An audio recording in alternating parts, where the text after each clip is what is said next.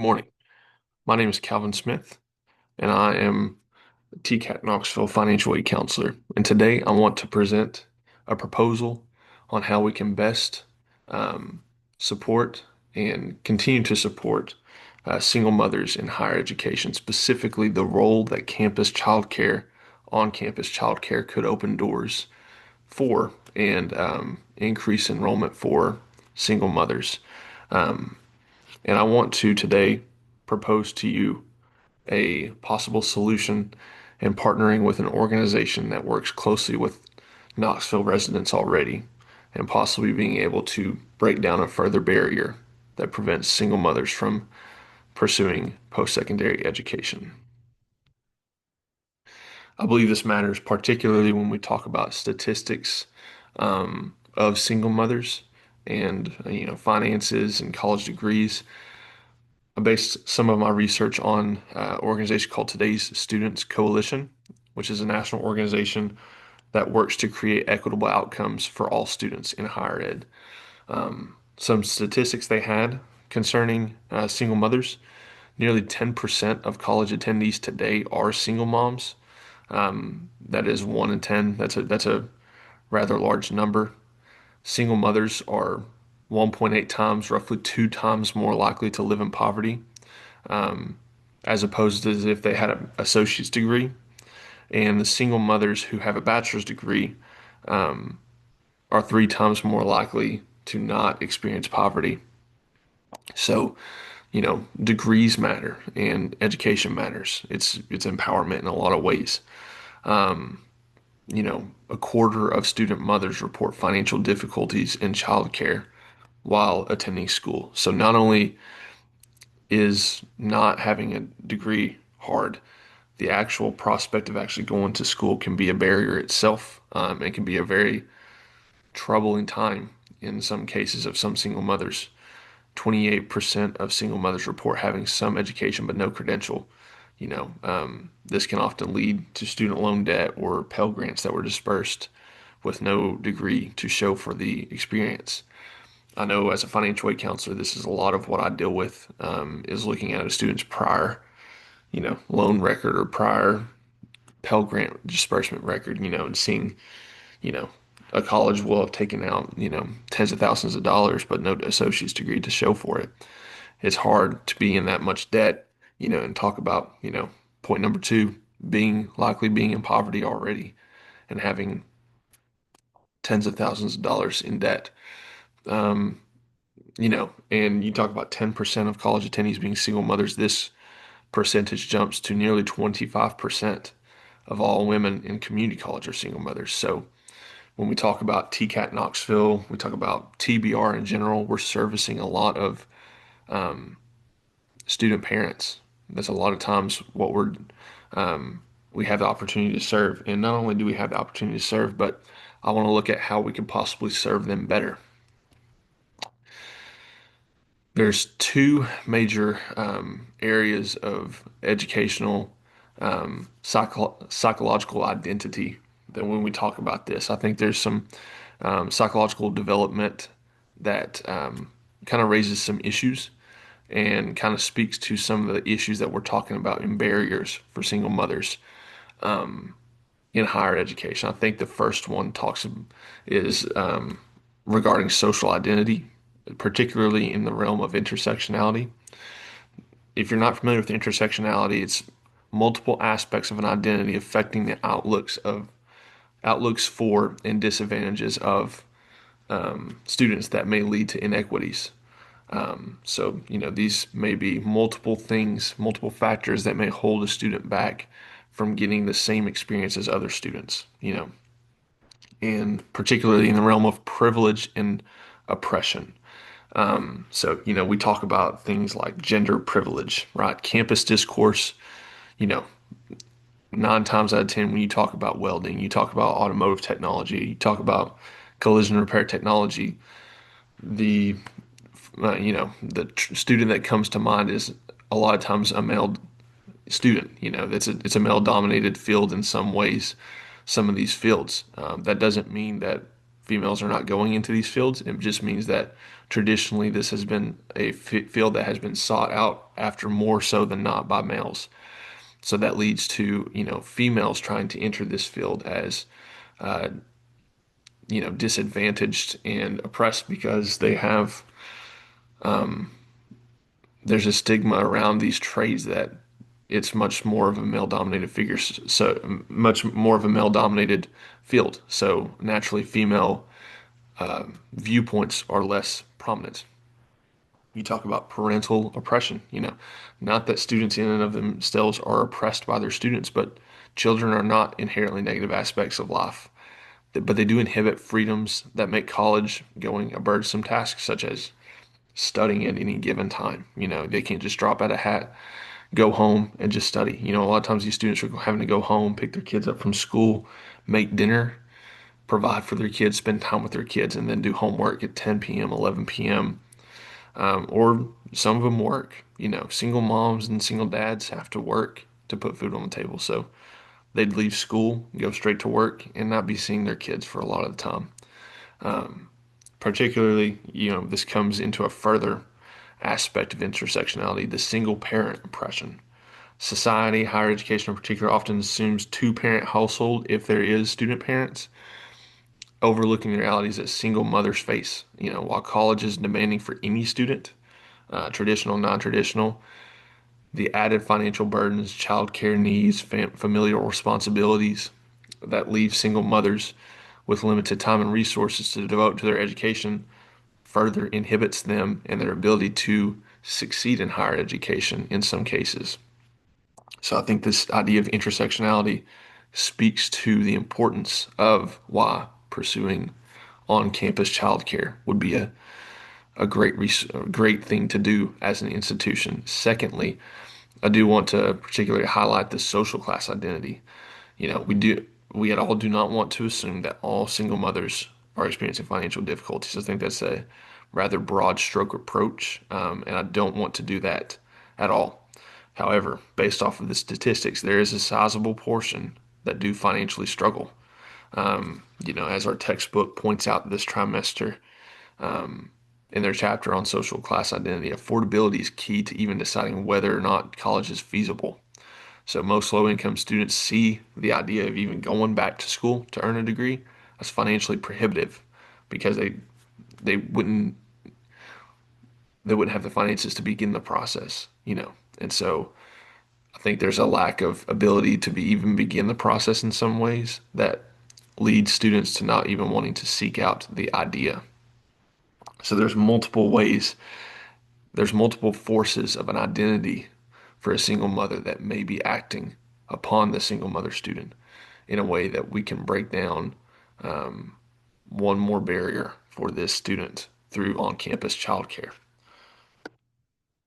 So, what exactly is my proposal? Right. So you can see to the right of the screen two new buildings that are going to be part of TCAT Knoxville's big initiative within the next decade.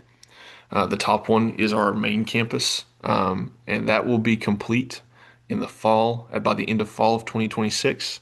And below that is the Covenant Health Allied Health campus, where a lot of our allied health programs are going to be based, which is a sizable portion of our student population within Knoxville. Um, and my proposal is this, that TCAT Knoxville inaugural child care program would be a partnership with the college and with the Knoxville Community Action Committee's Head Start program. So, what I would encourage you to do is to check out this resource, what Head Start is, right? It's a subsidized child care opportunity for low income parents and low income Knox County residents, where if they present documentation showing that they are of a particular low income status, they can receive free child care or reduced child care in some cases. You know, um, a lot of our students meet this qualification as is. As a financial aid counselor, I work a lot with the FAFSA forms and with AGI and with poverty levels of students, and I can tell you firsthand that a lot of our students would meet eligibility for Head Start to begin with. Um, So what this partnership would look like is TCAT Knoxville students who also meet Head Start program eligibility requirements would qualify for on-campus childcare at our main campus, as well as Covenant Healthcare campuses that service our allied health students. There would be a dedicated space within the building. Students could drop them off in the morning, pick them up. Uh, we would offer this service through 4 o'clock. Typically, our daytime courses end at 2:30. So that would offer an hour and a half as opportunities for students to go and study in our student libraries. They would offer them a chance to go pick up groceries. It would offer them a chance to do whatever they need to do within the hour and a half time frame and pick them up by 4 o'clock.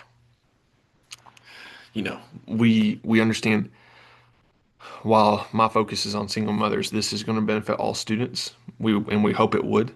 Um, but we would particularly be interested in and hopeful that this would be particularly beneficial to single mothers. You know, maybe students who are on the verge of poverty as is, and hopefully that, while they're benefiting themselves by pursuing a higher education and making a better career for themselves, they would also have one less burden to deal with, which would be figuring out if childcare is an issue that day. So my proposal, just recapping, would be partnering with the Knoxville Community Action Committee's Head Start program and offering on-campus childcare at these two locations for students who qualify for those and who are single parent or who are parents, student parents. We talk about outcomes. Why would this matter? Right. As we implement this, we want to see positive movement in three distinct areas. One, enrollment's a big thing. We want to see increased enrollment in all programs as one more barrier is removed for traditional and non-traditional student parents with young children. Our main goal is to empower single mothers, but again, this benefits the college holistically because we want to benefit all student parents. But we would anticipate seeing a particularly um, increased enrollment and empowerment of single mothers within our community. Another thing we hope to see positive movement in is a downward trajectory of suspensions due to absenteeism and tardy/leave earlys due to childcare issues. Um, we all know how daycares can be unreliable sometimes. Sick children, sick staff members can cause a wrench to be thrown into any student parent at any given time due to unreliability and the daycare having remained closed for a day. That would prevent a student from coming to school. However, um, lessening the goal, lessening the unreliability of childcare by responding to crisis in-house, right? So if our two workers are sick, we can still provide coverage that day. We can work with the CAC. We can work with just different agencies to make sure that we have coverage in-house and making sure that the student's unreliability is not dependent upon um, coverage. This would also hopefully decrease tardiness due to traffic. Just the logistics of dropping a kid off or dropping kids off in the morning at one location and then traversing to another location.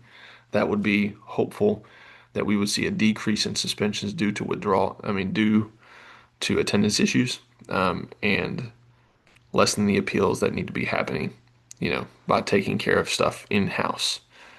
And our goal at the end of this is to see at the other side a salary increase of at least $10,000 with respect to their prior AGI after completion of their program of study. You know, this $10,000 mark, we're inaugurating this in a lot of ways, so we don't know what to expect. But we would like to see at least $10,000 with a prior AGI prior to enrollment and a post AGI 1 year after enrollment, 1 year after completion.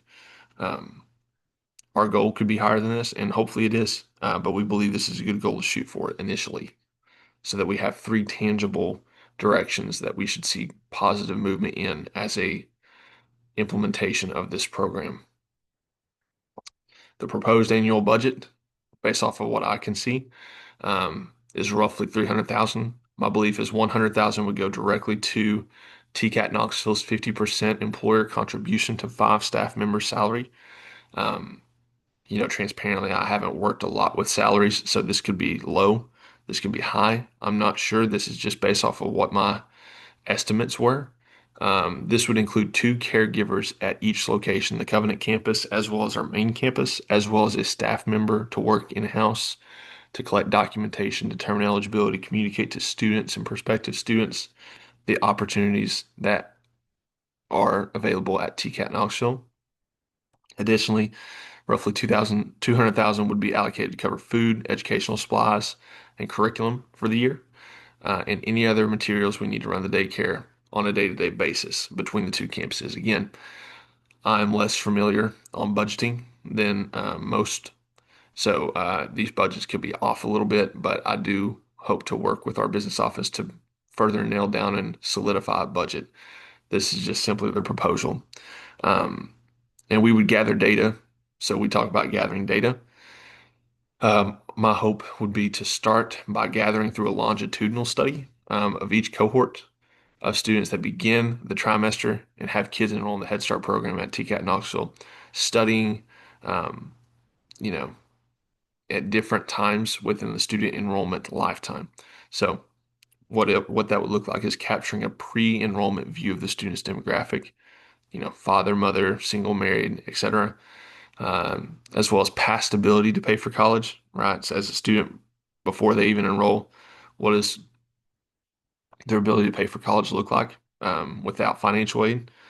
How childcare access has affected their college going processes up to this point, their current job salary, and other important factors we hope to improve. We hope to improve. We just hope to improve certain aspects. So we would like to capture the pre-enrollment data of those aspects. At the end of each term, we would like to ask the students to give informal check-ins on how they feel like the program is going, ways that we can improve it, space for other comments, things that are going well. We just want to continue to see a cohort's view of this program as they're going through it. And then a post-graduation survey completed 1 year after employment because we'd like to see exactly after that year, what do they look like? What's their jobs look like? Have they increased their jobs? Asking where they're working, their annual salary, and how they feel about TCAT Knoxville's effectiveness in job preparation after employment uh, with our certifications. And particularly, we'd like to see um, how they feel like childcare affected their enrollment and their post-enrollment. You know, with this, I would like to see our proposal. My proposal is that we assess one complete cohort through a 12-month period and don't begin any other assessments before the end of that 12-month period because I'd like to see a study group through and through before we try to continue to do this trimester after trimester because doing this 3 times a year would be bulky work and we would like to see this first cohort and particularly how they feel about the whole process to see if it's something that is effective, to see if it's something that we could work with the following year. If this is a grant opportunity, is this a grant we're seeking renewal on, or is this something that did not work? Because we don't want to put money towards something that is ineffective, but we also want to see something that is effective. And if it's not effective, see if we can do anything to better that program before just straight up cutting it. Um, and that's why student input is so important because I feel like as the student progresses, they're going to have different viewpoints of this daycare and the importance of this daycare. So that's why we're going to do a longitudinal study. How will we spread the word? So after administration approves the idea, um, you know, puts together the budget, puts together the money, and if TBR board approves it, and we confirm a partnership with Knoxville Community Action Committee, we will begin by reaching out to external agencies we already work with on a daily basis, such as American Job Centers, Vocational Rehabilitation, SNAP Benefits Office, and the Educational Opportunity Center TRIO program.